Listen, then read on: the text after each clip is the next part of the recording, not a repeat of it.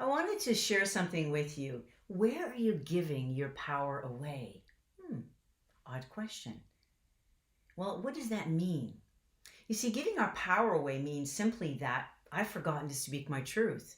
I've forgotten to stand into who I am and what my boundaries are. You see, we're all so busy on autopilot right now. When you say this Groundhog Day, every day feels like the same, and it's like, oh, what happened to the month? What happened to the week? You see, more than ever, we need to take the time to take that 10-second pause, to step off that stress treadmill and say, okay, so where am I, in fact, giving my power away? So let me give you an example. So when perhaps a colleague maybe says something, a remark, perhaps during a team meeting, or something that doesn't feel respectful to you, or you feel in some ways they've said something that really, certainly didn't inspire you or lift you up.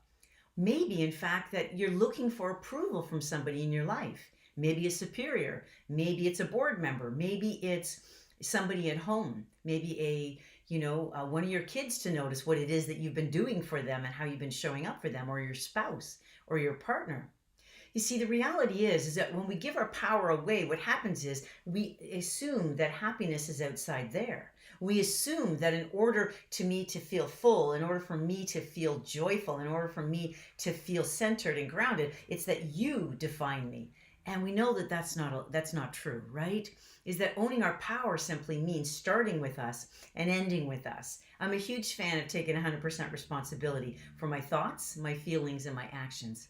So I want you to pay attention. Here's some homework for you.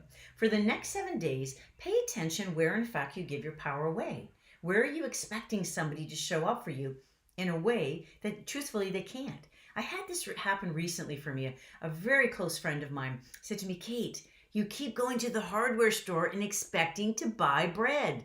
She can't give you this. It's like, duh. So in the meantime, I keep giving my power away. So as long as I was giving my power away, what did it mean? It robbed me of my joy. It robbed me of my successes. It robbed me of the relationships where I feel there's this mutual respect. There's this mutual exchange.